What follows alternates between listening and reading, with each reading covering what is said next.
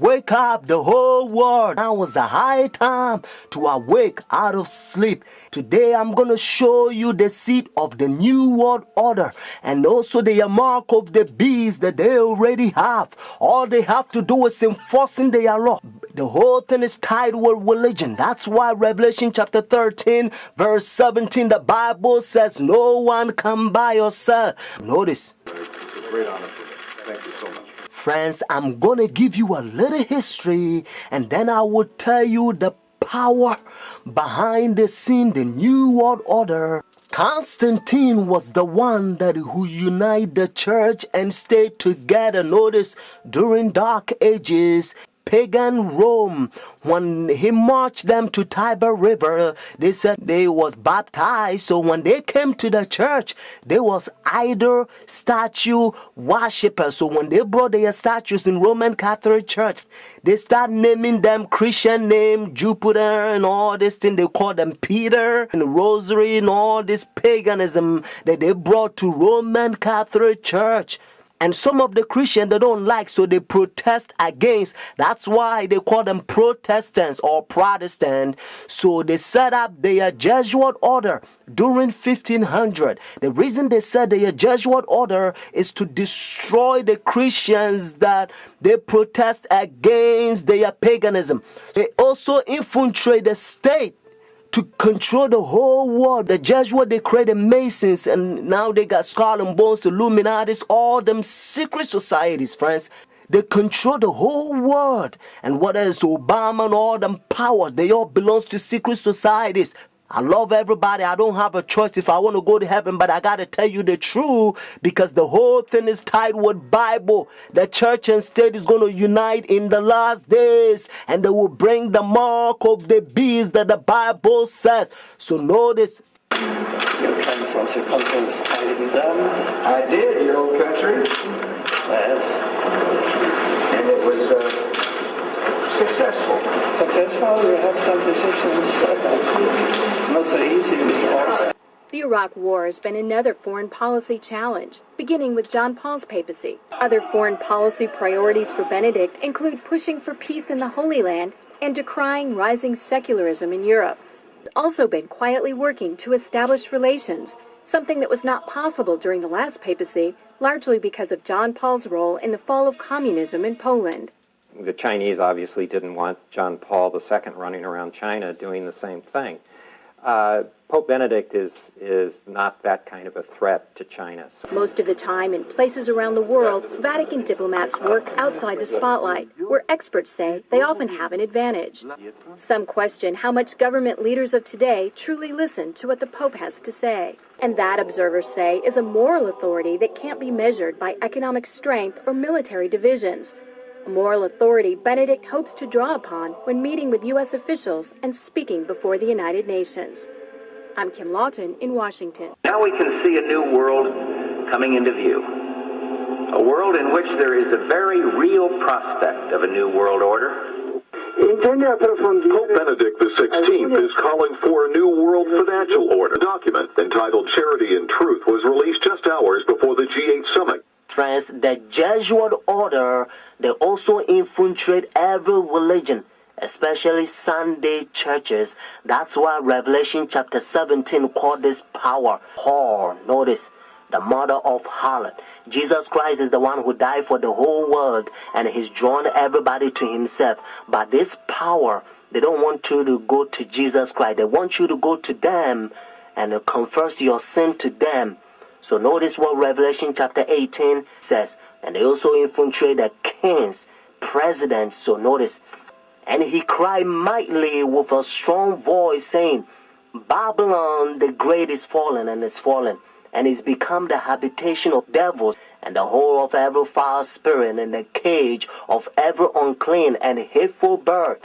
For all nations have drunk of the wine of her fornications. And notice, and the kings of the earth have committed fornication with her. Friends, now I'm going to tell you their mark. Notice this power, the mark of the beast. Because notice, if the Bible says the mark of the beast, means this power has a mark. The beast is a language that God is using for this power. And they themselves, they says in their own book, the book of Catechism, the old version, notice, they says Sunday worship is their mark of authority. The new version, they don't use the word authority, but at least, thank God, they still admit it. Even the new version of Catechism, they still says they changed the Sabbath from Saturday to Sunday. Friends, the mark of the beast is not worldly speculations that sometimes you hear. Some people says, well, it's computer chip, but unfortunately you don't find in the Bible. And some people says, it's 666. But according to Revelation 13 verse 18, actually 666 help you to find the beast. What I mean is to identify the beast.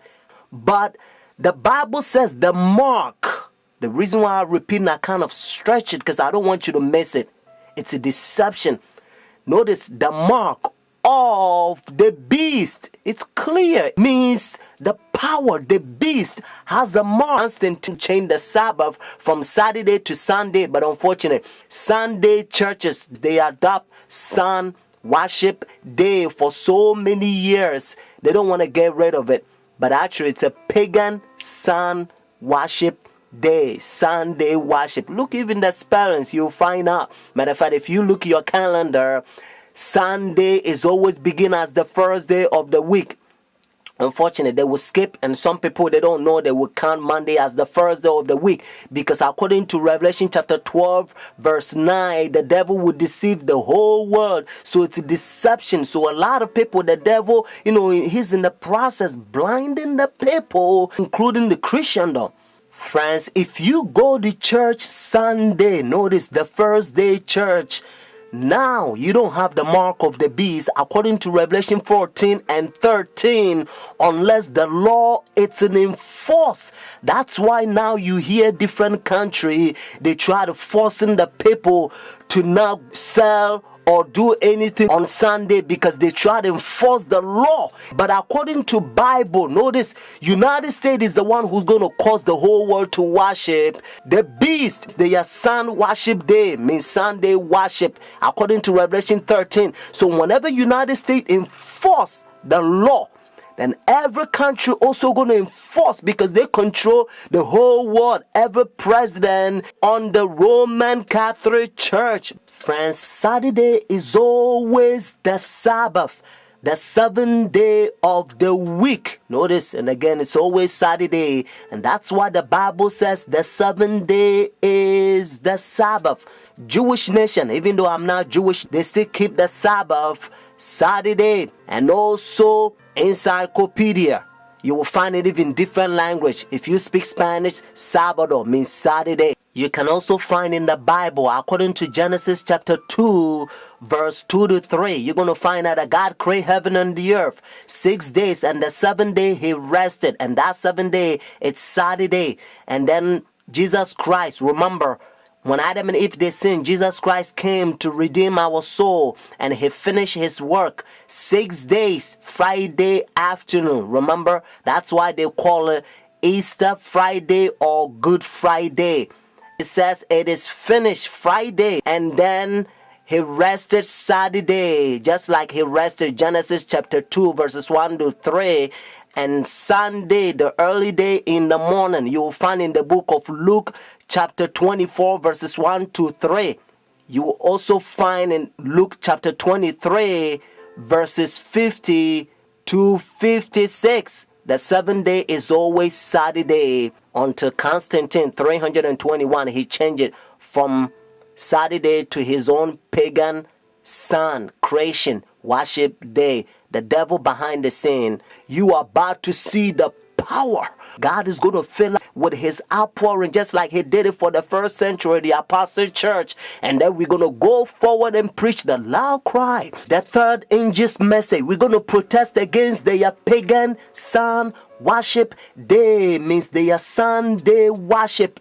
And then Jesus Christ will come, just like Bible says, if the day is not short, no flesh will be saved. But for the elect's sake, means